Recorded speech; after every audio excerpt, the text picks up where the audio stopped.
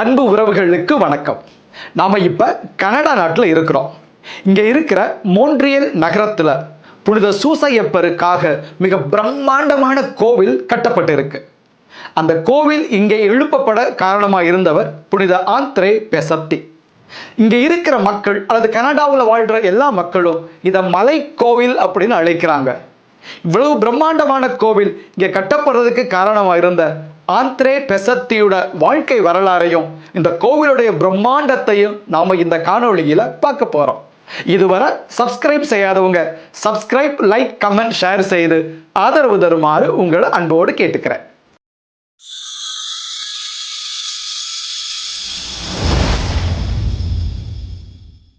இதோ இங்கே பாருங்களேன், மலை கோவிலை நோக்கி நாம் நடக்க தொடங்கையில வாசலிலேயே புனித சூசையப்பருக்காக அற்புதமான ஒரு கெபி இங்கே எழுப்பப்பட்டு இருக்குது. புனித சூசையப்பர் மேல உயரமா நின்று நம்மளை வரவேற்கிறார். இந்த பாதையில நம்ம அப்படியே கொஞ்சம் கொஞ்சமா நடந்து போறோம். நடந்து போய்கிட்டே புனித ஆந்த்ரே பெசத்தியோட வாழ்க்கையை நாம கேட்போம். ஆந்த்ரே பெசத்தி இதுதாங்க அவர். இவர் கனடா நாட்டிலேயே பிறந்தவர். பின்னாளில் இந்த நாட்டிலேயே பிறந்து புனிதர் பட்டம் வாங்கின முதல் புனிதர் இவர் தான். மிகப்பெரிய வசதியானவங்களாம் இல்லைங்க. மரம் இருக்கிற வேலை பார்த்தவர் தான் இவருடைய அப்பா. ஆனால் துயரம் என்னன்னா, ஒரு முறை பெரிய மரம் விழுந்து அவருடைய அப்பா தவறிடுறாரு. அதன் பிறகு குடும்பம் இன்னும் ரொம்ப மோசமாக பாதிக்கப்படுது. அதனாலேயே போதிய சாப்பாடு இல்லை, போதுமான கல்வி வாய்ப்பு அவருக்கு இல்லை. ஆக உடல் மெலிஞ்சு அப்படியே ஒரு இரத்த சோகை பிடிச்ச ஒரு மாதிரி அப்படியே ஆள் ஒல்லியா குள்ளமா பெரிய அளவுல அறிவு ஞானம் இல்லாதவராத்தான் அவர் வளர்ந்தார். குடும்ப கஷ்டம் தாங்காம அவர் பல்வேறு இடத்துக்கு வேலைக்கு போயிருக்கிறாரு. எந்த அளவுக்குன்னா, ஷூ தயாரிக்கிற கடைக்கு போயிருக்கிறாரு, கொல்லுப்பட்டறையில் வேலை செஞ்சிருக்கிறாரு, பேக்கரியில வேலை செஞ்சிருக்கிறாரு. வரலாறு சொல்லுது, ஏறக்குறைய 36 வகையான தொழில் அவர் செய்து பார்த்தார் அப்படின்னு. இந்த எல்லா தொழிலையும் செய்து பார்த்து அதில் கிடைத்த அனைத்து அனுபவங்களோடு கடவுள் மேல் அவருக்கு அவ்வளவு பக்தி இருந்தது. குறிப்பாக புனித சூசையப்பர் மீது. அந்த சூசையப்பர் மீது இருந்த அந்த அலாதி பக்தியோடு தான் அவர் துறவு சபையில் சேருகிறார், திருச்சிலுவை சபையில் சேருகிறார். திருச்சிலுவை சபைக்கு ஆந்த்ரே பெசத்தியை அனுப்பும் பொழுதே பங்குத்தந்தையிட்டேந்து ஒரு கடிதம் வேணும்ல, அந்த கடிதத்தில் பங்குத்தந்தை எழுதியிருக்கிறாரு, நான் ஒரு புனிதரை அனுப்புகிறேன். அப்ப அந்த வயசுல எவ்வளவு தூரம் ஒரு புனிதத்தன்மையோடு அவர் வாழ்ந்திருப்பாருன்னு பாருங்க. அவரை அங்கிருந்து கடிதத்தை வாங்கிக்கிட்டு ஆந்த்ரே பெசத்தி குருமட அதிபரை சந்திக்கிறாரு, சபையில சேராரு, பயிற்சி பெறாரு. நாட்கள் ஆகிறது. துறவு உடை உடுத்தி வார்த்தைப்பாடு கொடுத்து முறைப்படி துறவி ஆகிறாரு. அவருக்கு பெரிய அளவிலான பொறுப்புகள் எல்லாம் கொடுக்கல. நம்ம ஏற்கனவே சொன்னது போல அதிகமா அவர் படிக்கவும் இல்லை. அதனால அவருக்கு கொடுத்த வேலை என்னன்னா, அங்கே இருக்கிற கல்லூரியில கதவு திறந்து விடுற வேலை, அவ்வளவுதான். கதவு திறந்து விட்டு ஆட்கள், மாணவர்கள் வர்றது, பெற்றோர்கள் வர்றது, அவங்கள உள்ள வரவேற்கணும். அதோடு கூட மற்ற தோட்ட வேலைகள் இதுதான் பார்த்துக்கிட்டு இருக்கிறார். இப்ப என்ன நடக்குதுன்னா, யாரெல்லாம் அந்த கல்லூரிக்குள்ள வர்றாங்கல்ல, அவங்க மேல ஒரு பாசமா ஒரு ஜெபம் சொல்லி ஒரு ஆசீர்வாதம் கொடுத்து அனுப்புறதை அவர் செய்யறாரு. காலப்போக்கில் இவர் ஜெபிக்க ஆரம்பிக்க நிறைய பேருக்கு நோயிலிருந்து சுகம் பெறதை அவங்க உணர்றாங்க. பிறகு அந்த சுகம் பெறதுக்காக ஜெபிக்கிறதுக்கே நிறைய பேர் வர ஆரம்பிக்கிறாங்க. எந்த அளவுக்குன்னா, நீங்க விரும்புனீங்கன்னா எங்க தலையில ஜெபம் பண்ணி எங்களுக்கு ஆசீர்வாதம் தாங்க, சுகம் தாங்கன்னு கேட்கிற அளவுக்கு. அப்ப ஒவ்வொரு நேரமும் ஆந்த்ரே பெசத்தி என்ன சொன்னார் அப்படின்னா, நான் ஒன்றும் செய்யலப்பா, என்னால் ஆகக்கூடிய காரியம் ஒன்றும் இல்லை. நீங்க எப்பெல்லாம் ஜெபிக்க சொல்றீங்களோ அப்பெல்லாம் நான் புனித சூசையப்பர்கிட்ட தான் ஜெபிக்கிறேன். சூசையப்பர் தான் உங்களுக்கு சுகம் தர்றாரு, நீங்களும் சூசையப்பர்கிட்ட தொடர்ந்து ஜெபம் பண்ணுங்கன்னு சொல்றார். ஆக தொடர்ந்து அந்த சூசையப்பருடைய பக்தியை அவர் கொடுக்கிறார். சூசையப்பர் வழியாக ஆசீர்வாதத்தை பெற்று பகிர்ந்து அளிக்கிறார். சூசையப்பரின் பரிந்துரை வழியாகவே நல்ல சுகத்தையும் கொடுக்கிறார். ஆந்த்ரே பெசத்தியோட அற்புதமான ஒரு ஜெபம் இருக்குது. புனித சூசையப்பரே, இந்த சூழ்நிலையில நீங்க இருந்தீங்கன்னா இதை எப்படி கையாளுவீங்க? இதுதான் அவருடைய ஜெபம். ஏன்னா நம்ம வழக்கமா நண்பர்கள்ட்டே கேட்போம், எனக்கு ஒரு பிரச்சனை, இந்த இடத்துல நீ இருந்தா எப்படி செய்வ அப்படின்னு நம்ம கேட்போம். நம்ம இல்ல ஒரு பிரச்சனையை உருவாயிருச்சு, நண்பர்களுக்குள்ளே பிரச்சனைனா, நீ என் இடத்துல இருந்தா நீ எப்படி இருந்திருப்ப யோசித்து பாரு அப்படின்னு கேட்போம். அதே தான் ஆந்த்ரே பெசத்தி சூசையப்பர்கிட்ட கேட்கிறாரு, சூசையப்பரே, நீங்க என் இடத்துல இருந்தீங்கன்னா நீங்க என்ன மாதிரி முடிவெடுப்பீங்க? காரணம், புனித சூசையப்பர் எண்ணற்ற சவால்களை வாழ்க்கையில் சந்தித்தவர். கல்யாணம் நிச்சயமாகி இருக்குது. அன்னை மரியாள் தான் மணப்பெண். தாலி கட்டுறதுக்கு முன்னாடி அன்னை மரியாள் கருவாகி இருக்கிறார். அது தெரிஞ்ச உடனேயே அது என்ன முடிவெடுக்கணும்னு தெரியாத குழப்பம் சூசையப்பருக்கு. பிறகு கனவிலே வானதூதர் வந்து சொல்லுகிறார். அதை எவ்வாறு ஏற்றுக்கொள்வது, என்ன முடிவெடுப்பது, ஒரு குழப்பம். ஏற்றுக்கொண்ட பிறகு குழந்தை பிறக்கிற நேரம் வருகிறது.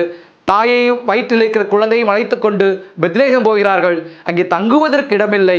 என்ன செய்வது, குழப்பம். அவர் முடிவெடுக்க வேண்டிய இடத்தில் இருக்கிறார். பிறகு மீண்டும் கனவில் எச்சரிக்கப்பட்டு ஆபத்து இருக்கிறது, எகிப்துக்கு ஓடுங்கள் என்று சொல்கிறார்கள். அவர்கள் கழுதை மேல் அமர்ந்து எகிப்துக்கு போகிறார்கள். அங்கு முடிவெடுக்க வேண்டிய தருணத்தில் அவர்தான் முடிவெடுக்கிறார். பிறகு எகிப்தில் இருந்தும் நீங்கள் நாசரேத்து போங்கள் என்று சொன்ன பொழுது அங்கிருந்து முடிவெடுத்து தான் நாசரேத்துக்கு வருகிறார்கள். ஆக வாழ்க்கையின் ஒவ்வொரு கட்டத்திலும் மிக முக்கியமான முடிவெடுக்கக்கூடிய இடத்தில் சூசையப்பர் இருந்ததால் ஆந்திரே பெசத்தி புனித சூசையப்பரிடமே கேட்கிறார், சூசையப்பரே, இந்த இடத்தில் நீங்கள் இருந்தால் இந்த பிரச்சனையை எப்படி தீர்ப்பீர்கள்? ஆக அவ்வளவு தூரம் சூசையப்பர் மீது பக்தியோடு இருந்த ஆந்திரே பெசத்திக்கு ஒரு ஆசை இருந்தது. அவருக்கு ஒரு சிறிய கோவில் கட்ட வேண்டும் என சொல்லி பல்வேறு நபர்களோடு உதவியோடு தான் ஒரு சிறிய கோவிலை கட்டுகிறார். இதோ தெரியுது பாருங்கள், இதுதான் அந்த கோவில். இவ்வளவு பிரம்மாண்டமாக இல்லாமல் சின்ன கோவில் அது. இந்த கோவிலை அவர் கட்டுகிறார். இதோ இந்த போட்டோ இருக்கு பாருங்களேன், இதுதான் அவர் கட்டி முடித்த கோவில். இப்பொழுது நாம் பார்ப்பது போல பெரிய கேட் இப்படியெல்லாம் எதுவுமே இல்லை. ஒரு சிறிய கோவில். அதை கட்டுவதற்கே அவருக்கு அவ்வளவு பொருளுதவி தேவைப்பட்டது. பல்வேறு நபர்கள் கொஞ்சம் கொஞ்சமாக கொடுத்து தான் அதை கட்ட ஆரம்பித்தார்கள். ஆக கீழே இருக்கிற அவர் கோவில். இந்த கோவிலுக்கு நாங்கள் சென்றோம், உள்ளே ஜெபம் செய்தோம். ஜெபம் செய்து விட்டு மீண்டும் வெளியிலே வந்து அப்படியே படி ஏறி மாடிக்கு சென்றோம். வாழ்ந்த அறை எப்படி இருந்தது என்பதையெல்லாம் அங்கே காட்சிப்படுத்தி வைத்திருக்கிறார்கள். இதோ ஒவ்வொன்றாக பாருங்களேன். இப்படி பொறுமையாக நாங்கள் ஒவ்வொன்றாய் பார்த்தோம். சூசையப்பருக்கு இந்த கோவில் கட்டிய பிறகும் கூட மிகப்பெரிய கோவில் கட்ட வேண்டும் என சொல்லி ஆந்திரே பெசத்திக்கு ஆர்வம். ஏனென்றால் இந்த சிறிய கோவிலுக்கும் எண்ணற்ற பேர் ஜெபிக்க வந்தார்கள். எண்ணற்ற பேர் சூசையப்பர் வழியாக ஆசீர்வாதத்தை பெற்றார்கள். எனவே அவர் மீண்டும் பெரிய கனவோடு பெரிய கோவிலுக்கு அடித்தளமிட்டு வேலை தொடங்குகிறது. அவர் ஜன்னல் வழியாக அந்த கோவில் எழும்புவதை பார்த்து கொண்டே இருக்கிறார். மெல்ல மெல்ல மெல்ல அந்த கோவில் எழும்பி வருகிறது. இதோ இப்பொழுது நாம் கோவிலுக்குள் போக போகிறோம். இந்த படியில் ஏறி வந்துவே பார்த்தீர்களா? இந்த படியில் சில பக்தர்கள் முழந்தால் படியிட்டு வருவார்கள். எப்படி வேளாங்கண்ணியிலே பழைய கோவிலுக்கும் புதுக்கோவிலுக்கும் இடையே மக்கள் மனதில் முழங்கால் படியிட்டு வருவார்களே, அதே போல இங்கே இந்த படியிலே நான் அவர் படியில் முழந்தால் படியிடுவார்கள் என்று கேட்டவுடனே ஆச்சரியமாக இருந்தது. அப்படியா என்று கேட்டேன். ஏனென்றால் அதற்கு முழுவதும் கல். அவ்வளவு படியிலும் முழந்தால் படியிட்டு அவர்கள் மேலே வருவார்கள். மேலே வந்த பிறகு அங்கே முகப்பிலே இதோ பாருங்கள், இதுதான் அந்த கனடா நாட்டுக்கு பல்வேறு பகுதிகளிலிருந்து அடிமைகளாக மக்களை அள்ளி கொண்டு வந்தார்களே, பல்வேறு மக்கள் அங்கே வந்து குடியமர்த்தப்பட்டார்களே, அவர்களுடைய நினைவாக எழுப்பப்பட்ட நினைவு சின்னம். இந்த நினைவு சின்னத்தை நாங்கள் பார்த்துவிட்டு அப்படியே நாங்கள் உள்ளே சென்றோம். உள்ளே பொருட்கள் வாங்குகிற கடை தொடக்கத்திலேயே இருக்கிறது. அதை பார்த்துவிட்டு நாங்கள் மேலே சென்றோம். இங்கே பாருங்கள், எவ்வளவு பிரம்மாண்டமான கோவில், எவ்வளவு அழகாக இருக்கிறது, எவ்வளவு நேர்த்தி. அந்த பீடத்தை பாருங்களேன். நாங்கள் உள்ளே சென்ற பொழுது அப்படி ஒரு அமைதி அந்த கோவிலுக்குள்ளே. முழந்தால் படியிட்டு நாங்கள் ஜெபித்தோம். அவ்வளவு ஆறுதலாக இருந்தது. அப்படியே அந்த கோவிலுக்கு இரண்டு பக்கமும், பீடத்திற்கு வெளியிலே இரண்டு பக்கமும் திருத்தூதர்களை செதுக்கி வைத்திருக்கிறார்கள். இங்கே பாருங்கள், ஒவ்வொருவரையும் நீங்களே பாருங்கள், எவ்வளவு அழகாக இருக்கிறது. இதை போன்ற உருவத்தை நாம் வேற எங்கும் நான் பார்த்ததில்லை. சுரூபங்களாக பார்த்து இருப்போம், ஆனால் மரத்திலே செதுக்கப்பட்ட இந்த சுரூபங்கள் இவ்வளவு தத்ரூபமாக 12 திருத்தூதருடைய உருவங்களும் இங்கே இருக்கின்றன. அப்படியே மெல்ல நீங்கள் பார்த்து கொண்டே வாருங்களேன்.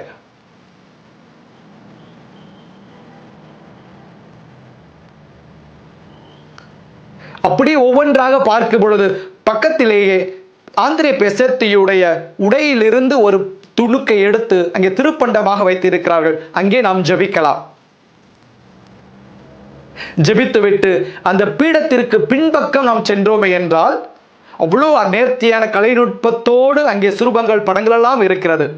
அவை அனைத்தையும் அப்படியே பார்த்து கொண்டு நாம் உள்ளே சென்றால் அங்கே நற்கருணை ஆண்டவர் ஆலயம் அங்கே இருக்கிறது. இந்த நற்கருணை பேழை திவ்ய பிரசன்னமாக அருள் கொடுத்து கொண்டிருக்கிறது. அங்கே முழந்தால் படியிட்டு திரு ஜெபமாலை நாங்கள் ஜெபித்தோம். நற்கருணை ஆண்டவருக்கு முன்பாக யாரெல்லாம் என்னிடம் ஜெபிக்க கேட்டுக்கொண்டார்களோ எல்லோருக்காகவும் அந்த இடத்தில் நான் ஜெபித்தேன். அங்கிருந்து மீண்டுமாக அது கோவிலை பார்த்து கொண்டே நாங்கள் வெளியேறி வந்தோம். வெளியே வந்து இதோ பாருங்கள், மெழுகுதிரி வைக்கிற இடம். மெழுகுதிரி வைப்பதற்காகவே அவ்வளவு அழகாக இருக்கிறது. ஒவ்வொரு மெழுகுதிரியும் நாம் அங்கே வாங்கி அதிலே நம்முடைய காணிக்கையாக ஒப்பு கொடுத்து அங்கேயே நாம் ஜெபிக்கலாம். அவ்வளவு அழகான அந்த மெழுகுதிரியெல்லாம் பார்த்துவிட்டு அப்படியே ஆந்திரே பெசத்தி இருக்கிற கல்லறையை சென்று சந்தித்தோம். நாங்கள் அவருடைய கல்லறைக்கு அருகிலே முழந்தாள் படியிட்டு அவரிடம் நாங்கள் ஜெபித்தோம். பிறகு அங்கிருந்து இன்னொரு கோவில், இங்கே பாருங்கள், நாங்கள் சென்ற பொழுது அப்பொழுதுதான் திருப்பலி தொடங்கவிருந்தது. ஆனாலும் கூட முழந்தாள் படியிட்டு அங்கும் ஜெபித்து அந்த கோவிலின் அழகை ரசித்து அந்த கோவிலின் அழகில் வியந்து நின்று கொண்டிருந்தோம். அருகிலே ஒப்புரவு அருட்சார் நடந்து கொண்டிருந்தது. அங்கே ஒரு தமிழ் குருவானவர் இருந்தார். அவரையும் பார்த்துவிட்டு அங்கிருந்து வெளியேறி வேறொரு இடத்தில் இருக்கிற புனித ஆந்திரே பெசத்தியின் இதயம் இருக்கிற பகுதிக்கு சென்றோம். அங்கு முழந்தாள் படியிட்டு ஜெபித்தோம். இப்படி ஒவ்வொரு இடமாக பார்த்து கொண்டே வருகிற பொழுது ஆந்திரே பெசத்தியின் வாழ்க்கை வரலாறுகளை மியூசியமாக அருங்காட்சியகம் போல காட்சிப்படுத்தி இருக்கிறார்கள். அதையெல்லாம் பார்த்துவிட்டு அவ்வளவு மன நிறைவோடு நாங்கள் வெளியே வந்தோம். கோவிலிலிருந்து நகரத்தை பார்த்தோம். நகரம் முழுவதும் ஒளி வீசி கொண்டிருந்தது. அவ்வளவு ஒளிக்கும் தேவையான ஆற்றலும் ஆசீரும் இந்த மலை கோவிலிருந்து எல்லோருக்கும் பகிர்ந்தளிக்கப்பட்டு கொண்டே இருந்தது. அவர்களுக்கு மட்டுமல்ல, பயணித்த எனக்கும், என்னோடு உடன் பயணித்து வருகிற உங்களுக்கும் புனித சூசையப்பர் நிறைவான ஆசிரை வழங்குவாராக. புனித ஆந்திரே பெசத்தி வழியாக உங்களுடைய விண்ணப்பங்களை நீங்கள் சூசையப்பரிடம் எடுத்துச் செல்லுங்கள். ஒவ்வொரு பிரச்சனையிலும் ஒவ்வொரு சூழலிலும் என்ன முடிவெடுக்க வேண்டும் என நீங்கள் விரும்புகிறீர்களோ அதை சூசையப்பரிடமே கேளுங்கள். புனித சூசையப்பரே, இந்த நேரத்தில் இந்த சூழலில் நீங்கள் இருந்தால் என்ன மாதிரி முடிவெடுப்பீர்கள், எனக்கு வழிகாட்டுங்கள் என்று கேளுங்கள். புனித சூசையப்பர் வழிகாட்டுவார். மார்ச் 19ஆம் தேதி சூசையப்பர் திருவிழாவில் உங்களை வாழ்த்துகிறேன். உங்களுக்காக ஜெபிக்கிறேன். புனித சூசையப்பர் நம்முடைய ஜெபங்களை ஆண்டவர் பாதத்தில் எடுத்து வைத்து நம்மை நிறைவாக வழிநடத்துவாராக. ஆமென். God bless you.